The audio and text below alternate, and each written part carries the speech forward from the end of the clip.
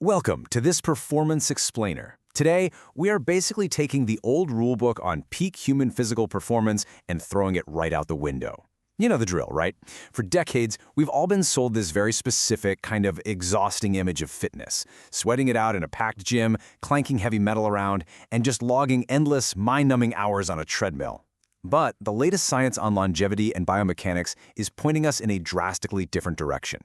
We're moving away from that exhausting gym culture and toward true functional longevity. This isn't just about looking strong in a mirror. It's about building a body that actually works perfectly, pain-free, well into your 80s and 90s. Okay, let's dive into this. I want you to answer this honestly in your head. If you sat down on the floor right now, maybe you're playing with a grandchild or you just dropped your keys, how confident are you that you could get back up? And I mean getting up without struggling, without a twinge of pain, and without needing someone to physically pull you up. It sounds like a super simple, almost trivial movement, but this is exactly where we need to ground our conversation about your functional reality today. Because if you hesitated, even for a split second, you really need to hear this. A truly shocking study published in the European Journal of Preventive Cardiology tracked over 2,000 adults for 6 whole years.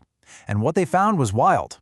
Individuals who struggled to get up from the floor were up to 6 times more likely to die within the next 6 years compared to those who could just pop back up easily. 6 times! This isn't just a basic flexibility test. It's a massive, high-stakes indicator of your overall physiological resilience. In fact, it's such a big deal that a senior orthopedic surgeon recently called this exact movement the single most underrated test in modern medicine. Medical professionals are increasingly looking at this simple floor test as a primary predictor of survival. And why is that? Well, getting off the floor requires this complex symphony of core strength, joint mobility, balance, and muscular coordination. When those systems start failing, it is a giant red flag for your overall health. So this brings us to a major shift in how we need to think about exercise. Traditional gym culture is entirely built around constant joint-grinding movement, throwing heavy weights around, and pushing yourself until you're completely exhausted. But this new paradigm we're talking about, it's all about smart biomechanics and joint preservation.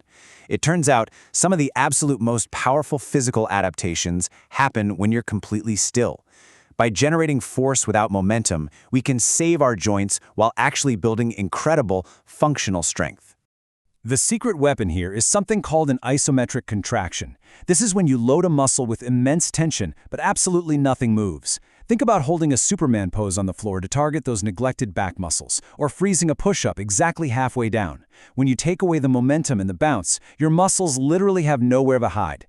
This forces your nervous system to rewire itself in real time, building profound strength and fixing your posture way faster than traditional lifting, and you skip all that awful wear and tear on your joints. Now, what's really interesting about this is a staggering number from recent clinical data. For seniors, or really anyone dealing with severe leg weakness, specific bed-based exercises can build quadriceps strength up to 2,500 times faster than walking. Think about that.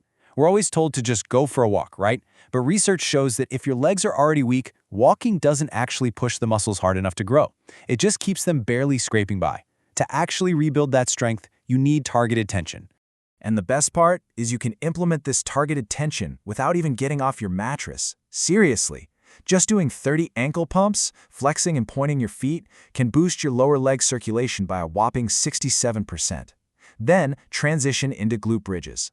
This wakes up your posterior chain and literally cuts your risk of falling in half.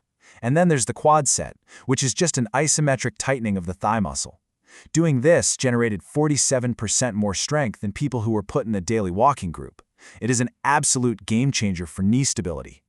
And hey, if you want to level up your leg strength but want absolutely nothing to do with a barbell, you've got to try the 3-second pause. A 2020 study found that simply pausing for 3 seconds halfway down while sitting into a chair increases your quadriceps activation by 39%. You just lower yourself slowly, freeze for 3 seconds right before your glutes hit the seat, and then stand back up. That's it. It completely bypasses the need for heavy squats while giving you this incredible, totally joint-safe burn.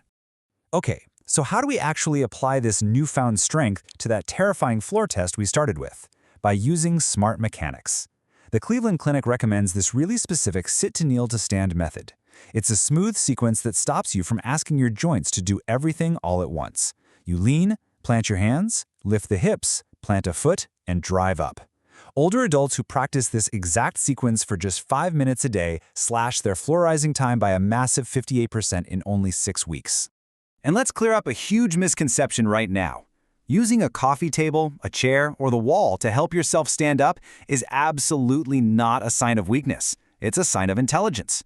Mayo Clinic data completely validates this furniture-assisted lift, showing that it reduces the load on your knees and hips by up to 50%. Plus, it lowered pain reports by 47% and even improved rising speed. Using your environment to preserve your joints is just a brilliantly smart mobility tactic. Of course, true peak performance isn't just about how you move. It's about the fuel in the engine required for that movement and recovery. This brings us to Harvard's fascinating research on the blue zones. These are distinct regions across the globe, places like Okinawa, Japan, and Sardinia, Italy, where residents routinely live these vibrant, healthy lives well past 100 years old. And they aren't doing it with advanced medical interventions, they're doing it through ancient, shared lifestyle practices. So, the crucial point is, when we synthesize decades of this blue zone data, a few non-negotiable habits pop right up. First, a ruthless avoidance of ultra-processed foods, because they drive the chronic inflammation that just destroys joints and arteries.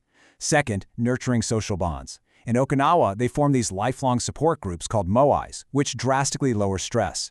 Combine all that with proper hydration, brain-protecting omega-3s from fatty fish, and blocking blue light before bed, and you are literally actively reversing cellular aging.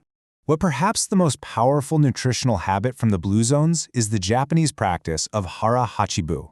It basically translates to eating until you are 80% full. To actually put this into practice, you have to remember that it takes your brain about 20 minutes to even register fullness. So set a timer, pace your bites by literally putting your utensils down in between, and stop at 80%. By doing this, you completely avoid the massive metabolic stress and inflammation that comes from overeating. And this brilliantly illustrates our ultimate takeaway about performance. When researchers looked at the physical activity of blue zone centenarians, they didn't find them doing typical Western exercise. They're not chugging pre-workout and trying to cram a grueling 150-minute quota into a busy Tuesday, right? Instead, they just weave constant, low-intensity movement naturally into their day. Gardening, walking, manual labor, getting up and down from the floor seamlessly. For them, their workout is simply their life. We have covered a ton of ground in this explainer today, from the incredible joint-saving power of isometric tension and bed-based repair, all the way to the longevity secrets of the blue zones. You now know that peak performance does not mean destroying your body in a gym. It requires smart, consistent, functional habits. So armed with this science of stillness, mobility, and deep nourishment, how are you going to treat your body today? What small change can you make right now? Let us know in the comments if you want us to make a deep dive, long-form explainer on this exact topic. And until next time, keep moving smarter.